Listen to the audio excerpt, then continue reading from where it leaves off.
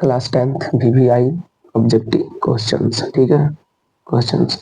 अब देखिए इन सभी को PYQ के रूप में लाना है। अक्सर 10 क्लास में पूछते रहता है, हालांकि 10 के NCERT में कहीं भी ऐसा मैथ नहीं है, 9th क्लास में है, लेकिन पूछ देता है तो पूछने में क्या करते, बनाना पड़ेगा ना भैया, नहीं बनाएगा तो कहा जाएगा बोर्ड का क्या है कि नहीं। तो बात रह गया किसको बनाए कैसे। एक नॉर्मल होता है 0 पॉइंट मान के चलिए 5 दे दीजिए, है ना। तो 0.5 को अगर दशमलव हटा देंगे तो नीचे 1 आएगा। अब 1 अंक है तो 1 0 आएगा, 2 अंक रहेगा तो 2 0 देंगे, तो ये नॉर्मल है। 5 दूनी 10, तो ये 1 बट्टा कितना आ गया 2, कोई दिक्कत इसमें नहीं। लेकिन इसमें दे दिया है रेक्लिन, तो इसमें दिक्कत है, इसको आप ऐसे नहीं बना सकते हैं। तो इसके लिए ऑब्जेक्टिव का हम लेकर आए शॉर्ट वीडियो। आपका जितना टाइप के पूछेगा सब टाइप के उठा के ले आए हैं, इससे फाजिल पूछ ही नहीं सकता बोर्ड में, ठीक है। इन चारों प्रकार का है, चारों प्रकार में किसी एक प्रकार का पूछेगा, इससे फालतू पूछ ही नहीं सकता है, ये मेरा गारंटी है। चलिए देखते हैं। सबसे पहले नंबर इसको बराबर दीजिए, PYQ के रूप में लाना है, मतलब बट्टा के रूप में लाना है, परिमेय संख्या के रूप में लाना है, ठीक है। तो इसमें हम करेंगे क्या, जितना है सिंपल उतना आप क्या कर दो, लिख दो, दशमलव समलव सब भूल जाओ। तो 3 है भैया, 3 लिख दो, रेक्रीन सब भूल जाओ। तो 3 है तो 3 लिख दिए।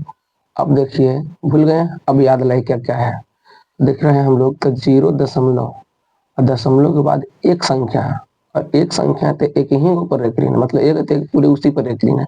दशमलव के बाद जितने संख्या पर रेखलीन रहेगा उतने बट्टा में हम क्या दे देंगे, 9 दे देंगे। तो दशमलव के बाद एक अंक पर रेखलीन है तो 1 और 9 दे दिए हैं, तो 9 दे दिए। अब इसको कैंसिल आउट करो, चाहे जो करो, जैसा काटना पड़ेगा, कट रहा है तो काट दीजिए, बेटर रहता है। तो 3 तिया 9 और 1/3, यही आपका क्या आ गया आंसर, ठीक है, यही आपका क्या आ गया आंसर। अगर इसको बनाएगा इसे 0.3 के रूप में बनाएगा, मेन का बती याद लगेगा। तो दशमलव हटाएंगे 10, तो आपका 3 बट्टा कितना आ गया 10, जो कि सरासर क्या है, गलत है, ठीक है। तो आप ऐसा गलती नहीं करिएगा, वरना फिर घर आके देखिए कि जो गड़बड़ कर दिए है कि नहीं। चलिए आगे देखते हैं। तो इसमें भी वही काम है, चुपचाप जितना दिख रहा है दशमलव समलव से रेक्टिंग सब भूल जाना है, जितना दिख रहा है शांति से उतना लिख दो 47, ठीक है, और बट्टा की तैयारी करो, ठीक है। अब देखिएगा दशमलव के बाद कितने अंक है, तो 2 अंक है, और दोनों पर रेखलीन है, तो जितने अंक पर रेखलीन उतना आप दे दो क्या चीज, 9। फाइनली अगर कट रहा है तो काट दो, नहीं कट रहा है तो आपका यही फाइनल क्या हो जाएगा आंसर। चलिए कितना आसान है PYQ के रूप में लाना।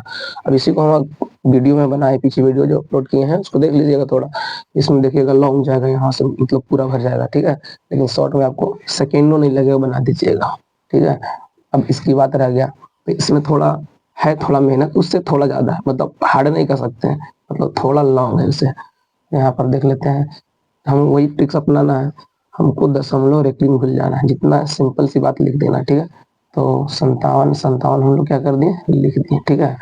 अब देखिएगा दशमलव के बाद वैसे कितने अंक है, दशमलव के बाद की बात करें, दशमलव के बाद वैसे कितने अंक है जिस पर रेखलीन ही नहीं है, मतलब बाद नहीं, मतलब बोल देना कि कितने अंक है आप जिसके पास रेखलीन नहीं जाए, तो हम लोग इधर रहे चाहे उधर रहे, जिधर भी रहे।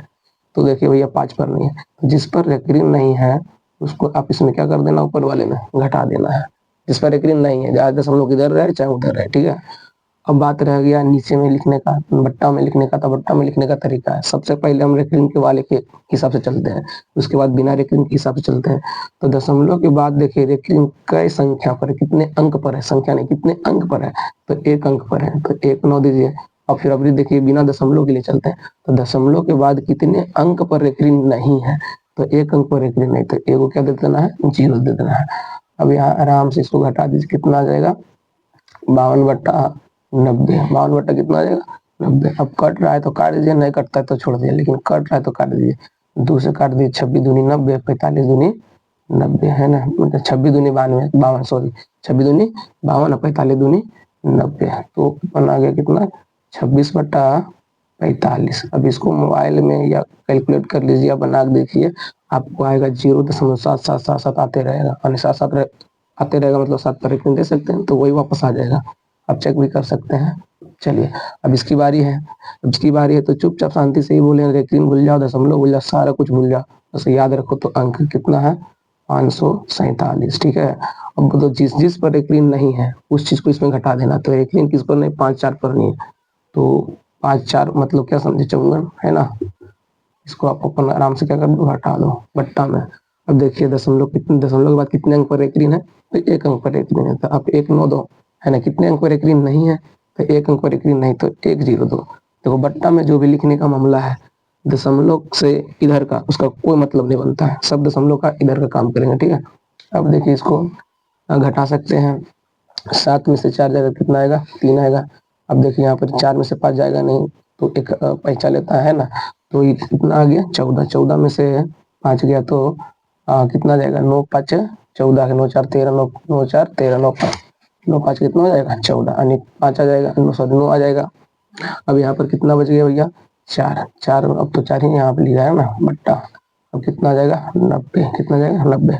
अब कटेगा तो काटिएगा, नहीं कटेगा तो छोड़ दीजिएगा, मेरे हिसाब से तो लग रहा है कि नहीं कटेगा, तो यही आपका क्या है, आंसर है, ठीक है। इसी तरह से पहला का पहला जैसा, दूसरा का दूसरा जैसा, तीसरा का तीसरा जैसा, चौथा का चौथा जैसा हम दे दिए हैं। टोटल 4 गो मतलब कि होमवर्क समझिए, या तो अभी तुरंत बना के आप कमेंट बॉक्स में कमेंट कर सकते हैं इसका आंसर नंबर डाल के, ठीक है। कमेंट कर सकते हैं भैया, कमेंट कर सकते हैं आराम से, आपका प्रैक्टिस भी हो जाएगा, आपको समझ में आ जाए, एकदम नहीं छूटेगा। एकदम भी आई है क्वेश्चन अभी, एकदम गारंटी है कि इस टाइप का एक क्वेश्चन पूछेगा, मतलब पूछेगा, ठीक है।